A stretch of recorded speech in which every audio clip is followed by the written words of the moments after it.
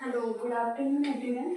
आज के लेक्चर में हम देखेंगे सिविल मैरिज एक्ट 1872 और संपत्ति आयु अधिनियम 1892 है ना, और शारदा अधिनियम है ना।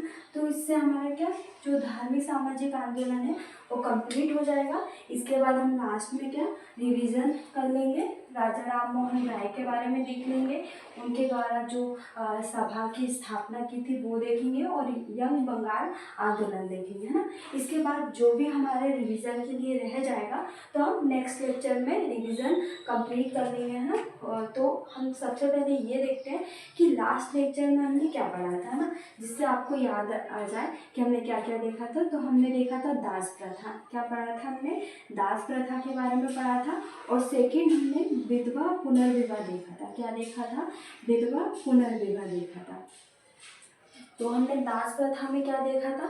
दास प्रथा में हमने इसको 2 मार्क्स में देखा था और 7 मार्क्स में है ना। और इसका हमने ट्री के जो फैक्चुअल डाटा है वो भी हमने कंप्लीट कर लिया था। और विधवा पुनर्विवाह में भी यही चीज़ें हमने देखी थी। हमने ट्री का जो फैक्चुअल डाटा है वो देख लिया था, और मेंस के लिए हमने 2 मार्क्स का क्वेश्चन देख लिया था कि हमको आंसर कैसे लिखना है, और 7 मार्क्स का आंसर हमको कैसे लिखना है, तो हमने ये भी देख लिया था। तो दास प्रथा में हमने क्या देखा था कि प्रारंभ में इसका जो प्रतिबंध किसके द्वारा किया था, मध्यकाल में, तो फिरोज शाह तुगलक और अकबर। और आधुनिक काल में अगर हम बात करें तो आधुनिक काल में विलियम, आधुनिक काल में जो गवर्नर जनरल है उनके द्वारा ये प्रतिबंध लगाया था ना। नियम कौन सा बनाया था? तो नियम हमको याद रखना है। तो नियम कौन सा? नियम 5 के है ना, 5 या 16 है ना, और इसका 5 है ना। तो और ये डलहौजी के समय हम विधवा पुनर्विवाह पर प्रतिबंध लगाया था। किसके प्रयासों से? तो ईश्वर चंद विद्यावागिस के प्रयास से।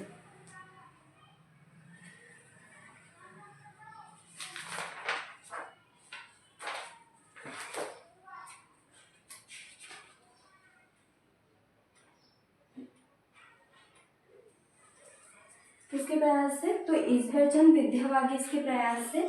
कि कौन सा नियम हमारा ये 16 और ये 5 है ना। और ये किसके समय? 2 थे। एक तो सबसे पहले हमारे कार्नवालिस थे, उसके बाद एलन बारो के समय 1843 में है ना।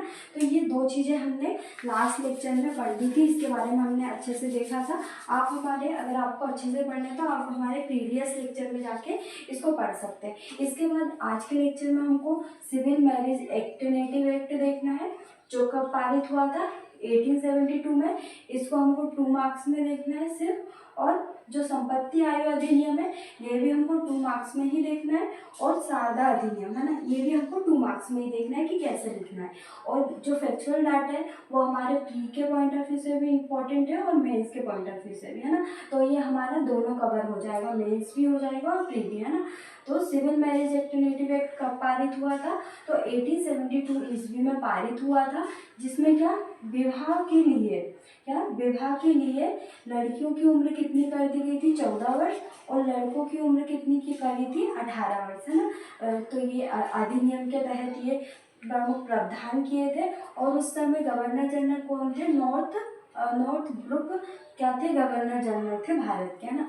इसके बाद इसी में क्या बोला था? बहुपत्नी विवाह को गैर कानूनी घोषित किया। मतलब सिर्फ एक ही विवाह कर सकते हैं, इससे ज़्यादा विवाह नहीं कर सकते। इसलिए क्या बहुपत्नी विवाह को क्या गैर कानूनी घोषित किया था ना। तो civil marriage act native act में ये इन चीज़ों का प्रावधान किया था। विवाह की उम्र 14 वर्ष और 18 वर्ष की गई, और किसके समय हुआ? और बहुपत्नी विवाह को क्या गैर कानूनी घोषित किया। इसके बाद संपत्ति आयु अधिनियम 1892 ईस्वी में पारित हुआ था। इसमें किसके प्रयासों से ये किया गया था? बहराम जी मालावारी। किसके? बहराम जी मालावारी के प्रयासों से इसमें क्या किया था? विवाह की जो न्यूनतम आयु है 12 वर्ष की गई थी।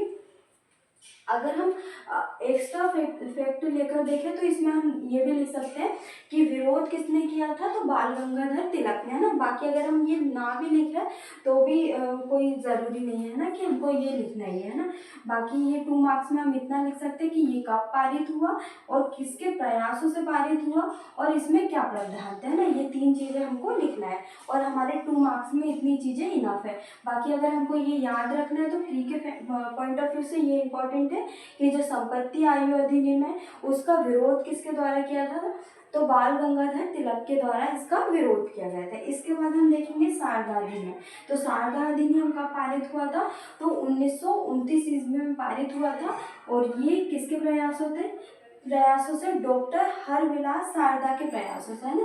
तो इन्हीं के नाम पे क्या अधिनियम भी बना था, हरविलास शारदा के नाम पर ही क्या अधिनियम बना था, के प्रयासों से शारदा अधिनियम पारित हुआ, जिसमें मुख्य प्रावधान क्या किया, तो उम्र इसमें क्या की विवाह की 14 और 18 वर्ष की गई और इनके समय क्या जो गवर्नर जनरल कौन थे, तो इरविन थे, है ना। हम ये सन से भी याद रख सकते हैं कि 1929 में गवर्नर जनरल कौन थे, तो इरविन थे, है ना। वायसराय कौन थे, इरविन थे, है ना। इसके बाद हम क्या देखेंगे, हमारा शारदा अधिनियम भी हो गया, सिविल मैरिज एक्टिनेटिव एक्ट पढ़ लिया हमने, संपत्ति आयु अधिनियम, और ये तीनों चीज़ें हमने देख ली। तो हमारा धार्मिक और सामाजिक आंदोलन कंप्लीट हो गया आज के लेक्चर में। अब हम रिवीजन देखेंगे, जो हमने फर्स्ट क्लास से राजा राम मोहन राय देखा था ना, उनके बारे में पढ़ा था। तो इनका जन्म कहाँ पे हुआ था, बंगाल के हुगली नामक जिले में हुआ था इनका जन्म। इसके बाद ये क्या थे, एकेश्वरवादी थे और इन्हें कई अनेक भाषाओं का क्या था, ज्ञान था ना। इनके द्वारा जो पुस्तक लिखी गई थी हमने वो भी पढ़ा था और इनके द्वारा जो पत्रिकाएं लिखी थी हमने वो भी देख लिया था। आप हमारे प्रीवियस लेक्चर में जाके जो हमने राजा राम मोहन राय के बारे में सारी इन्फॉर्मेशन पढ़ी है वो आप देख सकते हैं ना। इसके बाद इनके द्वारा जो 2 सभाओं की स्थापना की थी, एक तो क्या आत्मीय सभा की स्थापना कब की थी, तो 1815 ईस्वी में आत्मीय सभा की स्थापना कहाँ पे, कोलकाता में की थी। और यहाँ पे क्या घोष नामक घोष का क्या किया थी, घोष की घोषणा की थी, है ना। तो कब की थी आत्मीय सभा की स्थापना, 1815 ईस्वी में, तो कोलकाता में। इसके बाद इनके द्वारा क्या ब्रह्म समाज की स्थापना की थी, कब की थी, तो 20 अगस्त 1828 ईस्वी में ब्रह्म समाज की स्थापना, ये भी कहाँ पे की थी, कलकत्ता में, है ना। इसका मुख्य उद्देश्य क्या था, तो स्त्रियों की शिक्षाओं को क्या प्रोत्साहन देना और बाकी और भी चीज़ें थी, है ना। तो हमने ये कहाँ पे देख लिया था, हमारे प्रीवियस लेक्चर में आप जाके देख सकते हैं, हमने ब्रह्म समाज के बारे में अच्छे से पढ़ा है ना। इसका 2 मार्क्स भी देख लिया था, 7 मार्क्स में भी हमको कैसे लिखना है ब्रह्म समाज को, ये भी हमने देख लिया था ना। इसके बाद जो ब्रह्म समाज है, ब्रह्म समाज को आगे ले जाने का प्रयास किसने किया था, राजा राम मोहन की मृत्यु के बाद, है ना। राजा राम मोहन की मृत्यु कब हुई थी, 1833 ईस्वी में हुई थी, इंग्लैंड में हुई थी, है ना। इंग्लैंड के ब्रिस्टल नामक शहर में हुई थी, है ना। और इनको राजा की उपाधि किसके द्वारा दी गई थी, तो अकबर द्वितीय के द्वारा दी गई थी, है ना। तो हमने राजा राम मोहन के बारे में बहुत अच्छे से पढ़ा है, आप हमारे प्रीवियस लेक्चर में जाके इसको देख सकते हैं ना। 1833 में इनकी मृत्यु हुई थी इंग्लैंड में। उसके बाद ब्रह्म समाज को आगे ले जाने का काम किसने किया था, देवेंद्रनाथ टैगोर। और अगर हम देखें तो लोकप्रिय बनाने का काम किसने किया था, तो लोकप्रिय बनाने का काम केशव चंद्र सेन ने किया था। किसने किया था, केशव चंद्र सेन के द्वारा इसका प्रयास किया था ना। और हम ये भी देखेंगे कि जो देवेंद्रनाथ टैगोर है, इन्होंने तत्व बोधनी सभा की भी स्थापना की थी, है ना। कब की थी, 1839 ईस्वी में की थी, है ना। और तत्व बोधनी नामक क्या की थी, पत्रिका का भी प्रकाशन किया था ना। तो ये चीज़ें देखी थी। और केशव चंद्र सेन के द्वारा क्या किया था, ब्रह्म समाज को छोड़ने के बाद क्या इन्होंने भारतीय ब्रह्म समाज की स्थापना की थी। क्या की थी, भारतीय ब्रह्म समाज की स्थापना की थी। इसके बाद हमने क्या देखा था, यंग बंगाल आंदोलन।